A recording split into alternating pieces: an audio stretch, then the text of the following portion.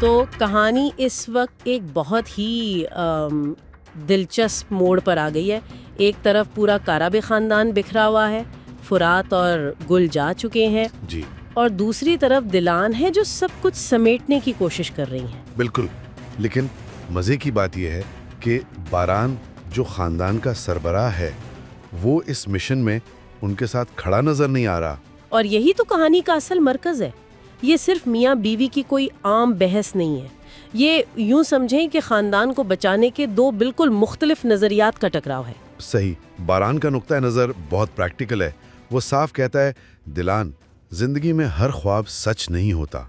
इसके लिए उस वक्त जहान की सेहत सबसे अहम है। वो कोई और रिस्क नहीं लेना चाहता। जी बिल्कुल। जबकि दिलान उसे एक अलग ही जाविये से देख रही हैं। उनका मानना है कि खानदान जब तक जज्बाती तौर पर एक नहीं होगा तब तक वो मजबूत नहीं हो सकता। और जब बारान उनकी बात नहीं मानता तो वो जो कदम उठाती हैं वो बहुत बहुत मानेखेज है। वो सीधा हवेली की खवातीन के पास जाती हैं, आज़ादे, कुदरत, सबके पास। ये एक बहुत ही अहम मोड़ है।